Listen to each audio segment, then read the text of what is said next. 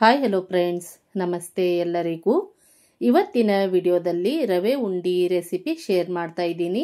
ಇದು most requested video, ಹಾಗಾಗಿ ಮತ್ತೆ ಈ ವಿಡಿಯೋ ಶೇರ್ ಮಾಡ್ತಾ ಇದ್ದೀನಿ. ಇಲ್ಲಿ ನೋಡಿ, ನಾನು 1 ಕಿಲೋ ಉಂಡಿ ರವೆ ತಗೊಂಡಿದ್ದೀನಿ. ಆಲ್ರೆಡಿ ಗ್ಯಾಸ್ ಆನ್ ಮಾಡಿ ಗ್ಯಾಸ್ ಲೋ ಫ್ಲೇಮ್ನಲ್ಲಿ ಇಟ್ಟು ರವೆ ಹಾಕಿರುವಂಥ ಕಡಾಯಿ ಇಟ್ಟಿದ್ದೀನಿ. ಹಾಗೆ 100 ಗ್ರಾಮ್ ತುಪ್ಪ ಕೂಡ ಹಾಕ್ಕೊಂಡು ನೀಟಾಗಿ ಮಿಕ್ಸ್ ಮಾಡ್ಕೊಳ್ತಾ ಇದ್ದೀನಿ. ಗ್ಯಾಸ್ ಮೀಡಿಯಂ ಫ್ಲೇಮ್ನಲ್ಲಿ ಇಟ್ಟು ಈ ರೀತಿ ಕೈ ಬಿಡದೆ ಮಿಕ್ಸ್ ಮಾಡ್ತಾ ಮಾಡ್ತಾ ರವೆ ಹುರಿಬೇಕು. ರವೆ ಘಮ ಘಮ ಪರಿಮಳ ಬರಬೇಕು, ಸ್ವಲ್ಪ ಕಲರ್ ಚೇಂಜ್ ಆಗಬೇಕು. ಹಾಗಂತ ತೀರ ಹೊತ್ತು ಹಾಗೆ ಹುರಿಬಾರ್ದು. ರವೆ ಉಂಡಿ ಅನ್ನೋದು ಅಷ್ಟು ಟೇಸ್ಟ್ ಆಗೋದಿಲ್ಲ. ಹಾಗಾಗಿ ಬೇಗ ಬೇಗ ಆಗಲಿ ಅಂತ ಗ್ಯಾಸ್ ಹೈ ಫ್ಲೇಮ್ನಲ್ಲಿ ಇಡಬಾರ್ದು. ಮೀಡಿಯಂ ಫ್ಲೇಮ್ನಲ್ಲಿ ಇಟ್ಟು ರವೆ ಹುರಿದು ರೆಡಿ ಮಾಡ್ಕೋಬೇಕು. ಇಲ್ಲಿ ನೋಡಿ, ನಾನು ಯಾವ ರೀತಿ ರವೆ ಹುರಿದು ರೆಡಿ ಮಾಡ್ಕೊಳ್ತಾ ಇದ್ದೀನಿ ಅಂತ. ಮುಕ್ಕಾಲು ಭಾಗದಷ್ಟು ನಾವು ರವೆ ಹುರಿದು ಆದ ನಂತರ ಇಲ್ಲಿ ನಾನು ಡ್ರೈ ಫ್ರೂಟ್ಸ್ ಹಾಕ್ಕೊಳ್ತಾ ಇದ್ದೀನಿ. ಸ್ವಲ್ಪ ಗೋಡಂಬಿ, ಸ್ವಲ್ಪ ದ್ರಾಕ್ಷಿ ಹಾಕ್ಕೊಳ್ತಾ ಇದ್ದೀನಿ. ಡ್ರೈ ಫ್ರೂಟ್ಸ್ ಅಷ್ಟೇ ಹಾಕಬೇಕು, ಇಷ್ಟೇ ಹಾಕಬೇಕು ಅಂತ ಏನೂ ಇಲ್ಲ. ನಿಮ್ಮ ಇಷ್ಟದ ಅನುಸಾರವಾಗಿ ನೀವು ಡ್ರೈ ಫ್ರೂಟ್ಸನ್ನು ಹಾಕ್ಕೊಳ್ಳಿ. ಬೇಕಾದರೆ ಸಪ್ರೇಟಾಗಿ ಕೂಡ ನೀವು ತುಪ್ಪದಲ್ಲಿ ಹುರಿದು ಮಿಕ್ಸ್ ಮಾಡಬಹುದು. ನಾನಿಲ್ಲಿ ಈ ರೀತಿಯಾಗಿ ಹಾಕಿ ಹುರಿತಾ ಇದ್ದೀನಿ. ಇದು ಕೂಡ ತುಂಬಾ ಚೆನ್ನಾಗಿರುತ್ತೆ. ಟೋಟಲ್ ಆಗಿ ನಮಗೆ ರವೆ ಹುರಿಯೋದಕ್ಕೆ 15 ನಿಮಿಷ ಆಯಿತು ನೋಡಿ ಫ್ರೆಂಡ್ಸ್. ಯಾಕೆ ಅಂದರೆ ನಾನು ಜಾಸ್ತಿ ಕ್ವಾಂಟಿಟಿಯಲ್ಲಿ ಮಾಡ್ತಾ ಇದ್ದೇನಲ್ಲ, ಹಾಗಾಗಿ ಇಲ್ಲಿ ನಾನು 1 ಕಿಲೋ ರವೆ ತಗೊಂಡಿದ್ದೀನಿ. ಹಾಗಾಗಿ 15 ನಿಮಿಷ ಟೈಮ್ ಆಯಿತು. ನೀವು ಸ್ವಲ್ಪ ಕ್ವಾಂಟಿಟಿಯಲ್ಲಿ ಮಾಡೋದಾದರೆ ಬೇಗನೆ ಆಗುತ್ತೆ. ಹಾಗೆ ರವೆ ಉಂಡೆ ಮಾಡುವಾಗ ಗಡಿಬಿಡಿ ಮಾಡೋ ಹಾಗಿಲ್ಲ.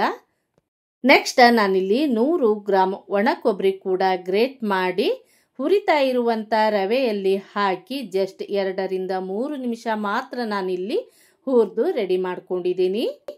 ಇಲ್ಲಿ ನೋಡಿ, ನಾನು 1 kg ರವೆ, 100 ಗ್ರಾಮ್ ಒಣ ಕೊಬ್ಬರಿ, 50 ಗ್ರಾಮ್ ಆಗುವಷ್ಟು ಗೋಡಂಬಿ ದ್ರಾಕ್ಷಿ ಹಾಕಿದ್ದೇನಲ್ಲ, 3/4 kg ಆಗುವಷ್ಟು ಸಕ್ಕರೆ ಪೌಡರ್ ಕೂಡ ಹಾಕ್ಕೊಂಡು ಮಿಕ್ಸ್ ಮಾಡ್ಕೊಳ್ತಾ ಇದ್ದೀನಿ.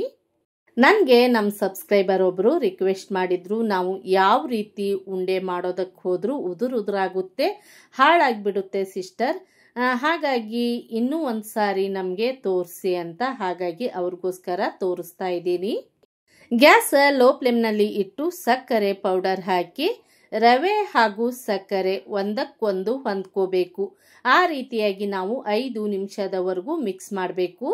ನಂತರ ಇಲ್ಲಿ ನೋಡಿ, ನಾನು ಟೀ ಕುಡಿಯೋ ಕಪ್ ತೋರಿಸ್ತಾ ಇದ್ದೀನಲ್ಲ, ಆ ಕಪ್ಪಿನಿಂದ ನಾನಿವಾಗ 1 ಕಪ್ ನೀರು ಹಾಕಿ ಮಿಕ್ಸ್ ಮಾಡ್ಕೊಳ್ತಾ ಇದ್ದೀನಿ. ನೀರು ಬದಲು ನೀವು ಹಾಲು ಕೂಡ ಹಾಕಬಹುದು. ಜಾಸ್ತಿ ದಿನ ಇಡೋದಾದರೆ ನೀರು ಹಾಕಿ. ಟೋಟಲ್ ಆಗಿ ನಾನಿಲ್ಲಿ 2 ಟೀ ಕಪ್ ಆಗುವಷ್ಟು ನೀರು ಹಾಕಿ ಮಿಕ್ಸ್ ಮಾಡ್ಕೊಂಡಿದ್ದೀನಿ. ಫ್ರೆಂಡ್ಸ್, ವಿಡಿಯೋ ಸ್ಕಿಪ್ ಮಾಡದೆ ನೋಡಿದರೆ ನಿಮಗೆ ಪರ್ಫೆಕ್ಟ್ ಆಗಿ ರವೆ ಉಂಡೆ ಯಾವ ರೀತಿ ಕಟ್ಟೋದು ಅಂತ ಗೊತ್ತಾಗುತ್ತೆ. ಸಕ್ಕರೆ ಹಾಕಿದ ತಕ್ಷಣ ನೀವು ನೀಟಾಗಿ ಉಂಡೆ ಕಟ್ಟೋ ಹದಕ್ಕೆ ಬರೋವರೆಗೂ ಗ್ಯಾಸ್ ಲೋ ಫ್ಲೇಮ್ನಲ್ಲೇ ಇಟ್ಟು ರೆಡಿ ಮಾಡಬೇಕು. ಇಲ್ಲಿ ನೋಡಿ, ನಾನು ನೀರು ಹಾಕಿದ ನಂತರ ಜಸ್ಟ್ ನೀಟಾಗಿ 2 ನಿಮಿಷ ಮಿಕ್ಸ್ ಮಾಡ್ಕೊಂಡಿದ್ದೀನಿ. ಈ ಟೈಮಲ್ಲೂ ಕೂಡ ಗ್ಯಾಸ್ ಲೋ ಫ್ಲೇಮ್ನಲ್ಲಿ ಇರಬೇಕು. ನಂತರ ಗ್ಯಾಸ್ ಆಫ್ ಮಾಡಿ ಪಾತ್ರೆ ಕೆಳಗಡೆ ಇಟ್ಟಿದ್ದೀನಿ. ನೀಟಾಗಿ ಒಮ್ಮೆ ಮಿಕ್ಸ್ ಮಾಡಿ ಬಿಸಿ ಇರುವಾಗಲೇ ನಾವು ಉಂಡೆ ಕಟ್ಟಿ ರೆಡಿ ಮಾಡ್ಕೋಬೇಕು. ಇಲ್ಲಿ ನೋಡಿ, ಈ ರೀತಿ ಉಂಡೆ ಕಟ್ಟಿದರೆ ನಮಗೆ ಪರ್ಫೆಕ್ಟಾಗಿ ರವೆ ಉಂಡೆ ಅನ್ನೋದು ರೆಡಿ ಆಗುತ್ತೆ. ತಿಂಗಳಾನ್ಗಂಟ್ಲೆ ಇಟ್ಟರೂ ಹಾಳಾಗೋದಿಲ್ಲ. ಮೇನ್ ಟಿಪ್ಸ್ ಏನಪ್ಪ ಅಂದರೆ, ಬಿಸಿ ಇರುವಾಗಲೇ ಪಟಾಪಟ್ ಅಂತ ಉಂಡೆ ಕಟ್ಟಿ ರೆಡಿ ಮಾಡ್ಕೋಬೇಕು. ತಣ್ಣಗಾಗೋದಕ್ಕೆ ಬಿಟ್ಟರೆ ಉದುರಾಗುತ್ತೆ, ಉಂಡೆ ಕಟ್ಟೋದಕ್ಕೆ ಬರೋದಿಲ್ಲ.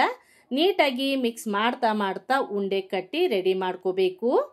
ಕೈಗೆ ತುಂಬಾ ಬಿಸಿ ಹತ್ತುತ್ತೆ, ಹಾಗಾಗಿ ಸ್ವಲ್ಪ ಹಾಲು ಅಥವಾ ನೀರು ಹಚ್ಚಿ ಉಂಡೆ ಕಟ್ಟಿ ರೆಡಿ ಮಾಡ್ಕೊಳ್ಳಿ. ಆದರೆ ಬಿಸಿ ಇರುವಾಗಲೇ ಉಂಡೆ ಕಟ್ಟಿ ರೆಡಿ ಮಾಡ್ಕೋಬೇಕು. ತುಂಬ ಜನ ಹೇಳ್ತಾ ಇರ್ತಾರೆ, ರವೆ ಉಂಡೆ ಕಟ್ಟೋಕ್ಕೆ ಬರೋದಿಲ್ಲ, ರವೆ ಉಂಡೆ ಅಂದರೆ ತುಂಬಾ ಇಷ್ಟ ಅಂತ. ಹಾಗಾಗಿ ಯಾರಿಗಾದರೂ ರವೆ ಉಂಡೆ ಬೇಕಾದರೆ ನಾನಿಲ್ಲಿ ಹೋಲ್ಸೇಲ್ ರೇಟಲ್ಲಿ ಶುದ್ಧವಾಗಿ ಮನೆಯಲ್ಲೇ ರೆಡಿ ಮಾಡಿ ಕೊಡ್ತೀನಿ. ಇಲ್ಲಿ ನಾನು ನಂಬರ್ ಹಾಕಿರ್ತೀನಿ, ವಾಟ್ಸಪ್ ಮೆಸೇಜ್ ಮಾಡಿ. ಎಲ್ಲರಿಗೂ ಧನ್ಯವಾದಗಳು.